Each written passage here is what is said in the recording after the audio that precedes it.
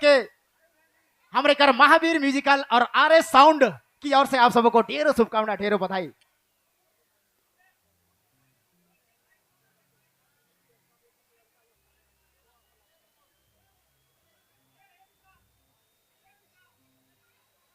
तो चलिए मैं चाहूंगा हमारे बीच जुड़ चुके हैं श्रीमती चिंता देवी जी को, हमारे इस कमेटी के सदस्य, इनको एक हेलो, हमारे कमेटी के सदस्य अमित महतो जी से आग्रह है हमारी दीदी चिंता देवी को सम्मान दें। अमित जी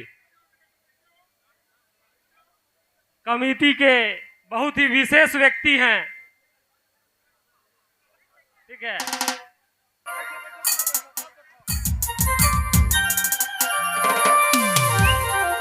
मैं चाहूंगा चलिए श्रीमती चिंता देवी जी को हमारे इस कमेटी के अमित कुमार महतो जी लाचुन्नी सम्मानित करते, जोरदार ताली होनी चाहिए। बहुत बहुत धन्यवाद अमित जी को, तहे दिल से धन्यवाद करूंगा, शुक्रिया करूंगा।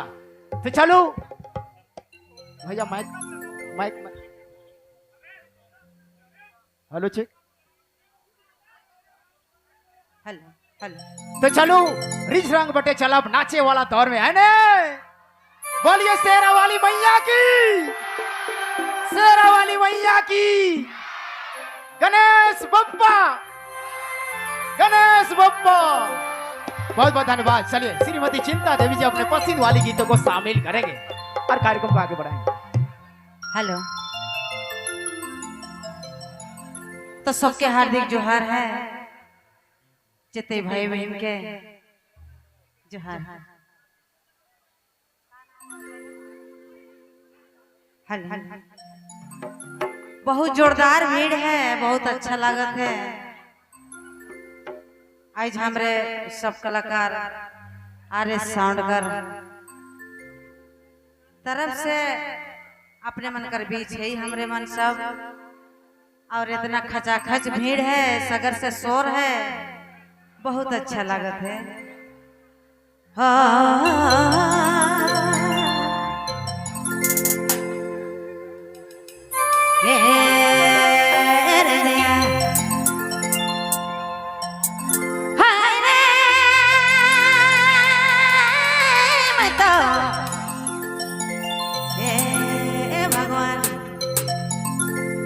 ओहो बता दे भगवान, कहानी सुना